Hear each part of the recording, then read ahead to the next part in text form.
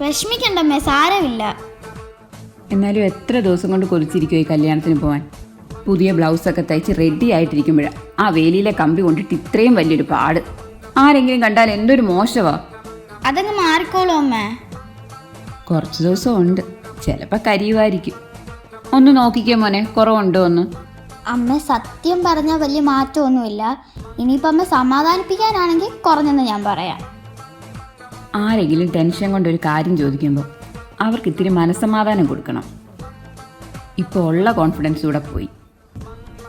ചോദിക്കണ്ടായിരുന്നു. ഓഹോ, അപ്പം ആരെങ്കിലും സമാധാനിപ്പിക്കാൻ വേണ്ടി കള്ളം പറയാല്ലേ?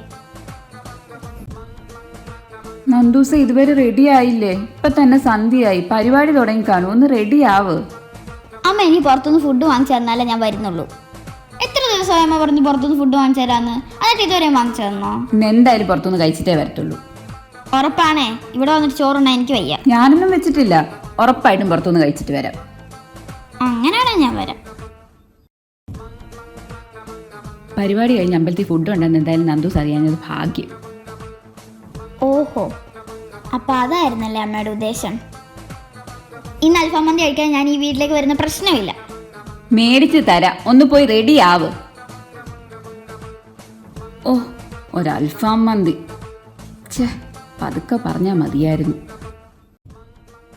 ദൈവമേ, എന്തു പറ്റി അമ്മേ? മെഴുക്കുവരട്ടിയിൽ എണ്ണ ഒഴിച്ചതാ, കൂടിപ്പോയി. ഇതാണോ കൂടിപ്പോയെ? ഈ എണ്ണ കൊണ്ട് ഒരു മെഴുക്കുവരട്ടിയും കൂടെ ഉണ്ടാക്കായിരുന്നു. അത് അമ്മയ്ക്ക്.